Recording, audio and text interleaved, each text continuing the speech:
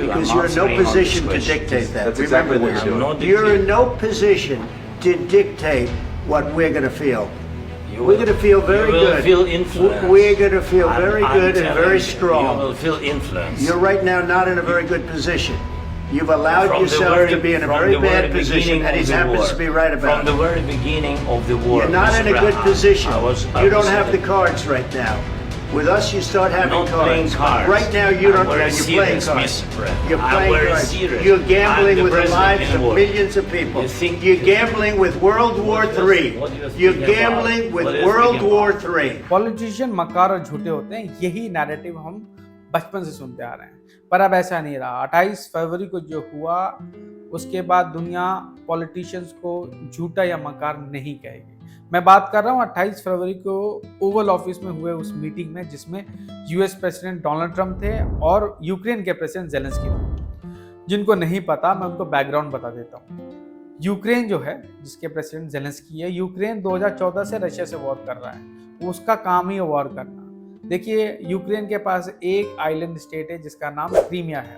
Crimea में ज़्यादातर लोग रशिया या रशियन भाषा बोलते हैं। रशिया ने ये बोलते हुए वो पर्टिकुलर क्रीमिया को एक्वायर किया 2014 में, जो कि पीसफुली हो सकता था, पर यूक्रेन ने उसको अपोज किया, तो वॉर तो जाहिर सी बात होनी ही है। फिर 2022 में यूक्रेन के ऊपर रशिया ने अटैक किया, क्योंकि रशिया की जो इंटरनल सिक्योरिटी वो खतरे में थी। अब यूक्रेन चाहता तो सरेंडर कर सकता था, पर यूक्रेन बीइंग यूक्रेन, वो यूरोपियन यूनियन की मदद लेता है और यूएस की मदद लेता है। और अभी भी यूक्रेन के जो प्रेसिडेंट जेलेंस्की है, वो डोनाल्ड ट्रंप से इसीलिए मिलने आते हैं ताकि उन्हें और हेल्प मिल सके यूएस की तरफ से टू फाइट रशियंस। दूसरी तरफ डोनाल्ड ट्रंप जो है, इस बार दूसरी बार राष्ट्रपति बनते हैं, तो उन्होंने बिफोर द इलेक्शन ही made a promise to his voters that कि once he gets reelected 100 दिन के अंदर वो ये जो वॉर है यूक्रेन और रशिया का, उसे खत्म कर देंगे। उनका कहना है कि देखिए, अमेरिकन टैक्स पेयर का पैसा जो है वो वॉर जैसी चीज़ों में नहीं होना चाहिए यूज़। उसके लिए प्रोडक्टिव चीज़ें हैं उसमें यूज़ करो, इन कंट्री के वेलफेयर के लिए यूज़ करो, जो कि बहुत ही काबिल तारीफ है। इस एजेंडा के साथ दोनों जो हेड ऑफ द स्टेट है मिलते हैं। 50 मिनट का टोटल मीटअप का वीडियो है। 20 मिनट तो कुछ नहीं होता, नॉर्मली दोनों head of the state press का सवालों का जवाब दे रहे होते हैं। तभी 20 मिनट बाद ब्रायन ग्लेन करके एक यूएस रिपोर्टर हैं, जिन्होंने बहुत ही इंपॉर्टेंट सवाल पूछा। उन्होंने पूछा जेलेंस्की से कि क्यों जेलेंस्की सूट पहन के नहीं आया, क्योंकि ओवल ऑफिस का जो रिवाज है वो यही है कि कोई भी हेड ऑफ द स्टेट आता है तो सूट पहन के आता है। आपने सूट क्यों नहीं पहना भाई? क्या आपके पास सूट नहीं? आप हेड ऑफ द स्टेट हो यूक्रेन के, आपके पास एक सूट नहीं है कि आप सूट पहन के आओ?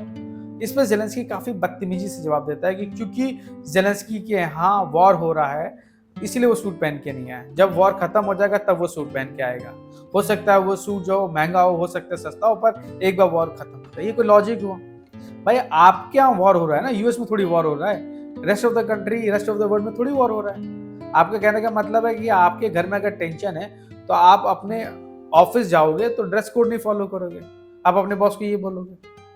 एक तो आप यूएस आए हो यूएस की हेल्प लेने के लिए, और आप उन्हीं का डिसरिस्पेक्ट कर रहे हो। बहुत ही गलत।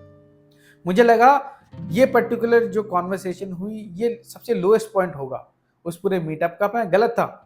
उसके बाद जेडी ग्लांस, जो कि यूएस के वाइस प्रेसिडेंट है, उन्होंने सीज फायर एग्रीमेंट के बारे में बात की, तो जेलेंस्की उनको कट शॉर्ट करके क्रॉस क्वेश्चन करते हैं in front of whole media and world कि भाई सीज फायर तो इससे पहले भी कई बार हो चुका है, 25 बार सीज फायर का वॉयलेशन पुतिन भाई ने किया है, तो इस बार का सीज फायर कैसे अलग होगा? अरे कोई बात हुआ?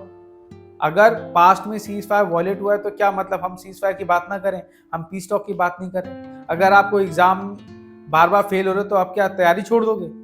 हमारा काम है यार पीस टॉक के लिए आगे बढ़ना। ये क्या बात हुई? देखिए, एक तो आपके यहाँ प्रॉब्लम हो रही है, ऊपर से यूएस जो है अपना काम छोड़ के आपकी कंट्री के प्रॉब्लम सॉल्व कर रहा है, ऊपर से आप बदतमीजी से और क्रॉस क्वेश्चन कर रहे हैं, वो भी इन फ्रंट ऑफ एवरीवन। तभी डोनाल्ड ट्रंप कॉन्वर्सेशन में आते हैं और वो जेलेंस्की को उसकी औकात दिखाते हैं कि भाई बहुत ही गलत है, आपका रवैया ठीक नहीं, आप डिसरिस्पेक्टफुल हैं, एक बार भी आप आए हो और ढंग से बात नहीं की हो हमसे, ग्रैटिट्यूड नहीं है। फिर जेडी ग्लांस भी कहते हैं कि हाँ बिल्कुल ग्रैटिट्यूड नहीं है, बिल्कुल ग्रैटिट्यूड नहीं है, आप एक बार भी थैंक यू नहीं बोले। बिल्कुल थैंक यू बोलना चाहिए। आप अगर किसी कंट्री में हेल्प लेने आए हो तो कम से कम पूरी मीटिंग में एक बार थैंक यू तो बोलो, आप ग्रेटिट्यूड तो दिखाओ। एक बार भी ग्रेटिट्यूड नहीं दिखा रहे। Hats off to American voters जिन्होंने डोनाल्ड ट्रंप को पावर में लाया, उनको प्रेसिडेंट बनाया। I hope rest of the world जो है, rest of the political leaders हैं, वो डोनाल्ड ट्रंप से कुछ सीखें, कैसे ईमानदार और कैसे निष्ठावान हो के अपने देश के लिए काम करना चाहिए। बहुत ही खूब। और जेलेंस्की जैसे लोगों की वजह से ही छोटे देश बदनाम होते हैं, उनके देश का प्रॉब्लम है और वो ये सारी बातें जो हैं पूरे जगत में जाके ढिंढोरा पीट रहे हैं। भाई देखिए, आपके देश का प्रॉब्लम है, आप रशिया से वॉर कर रहे हो, आप रशिया से बात करो, आप रशिया से सरेंडर कर लो, किसने कहा लड़ने को? पर नहीं, आपको वॉर भी लड़ना है और आपको हीरो भी बनना, जो कि बहुत ही गलत है। पर कोई नहीं, ये मेरा एनालिसिस था इस पर्टिकुलर मीटअप पे। आई होप आपको अच्छा लगे और मैं आपसे उम्मीद करता हूं कि आप जरूर वो मीटिंग जरूर देखिए। 50 मिनट का वो वीडियो है, बहुत ही उम्दा वो मीटअप है। हमको काफी कुछ सीखने को मिलेगा, पॉलिटिकल नॉलेज आपकी बढ़ेगी। और अगर आपको मेरा एनालिसिस अच्छा लगा तो प्लीज कुछ मत कीजिए, एंजॉय कीजिए। The maximum you can do is enjoy. आप एंजॉय कीजिए, अपना ख्याल रखिए। हम मिलते हैं अगले वीडियो में, तब तक के लिए बाय बाय।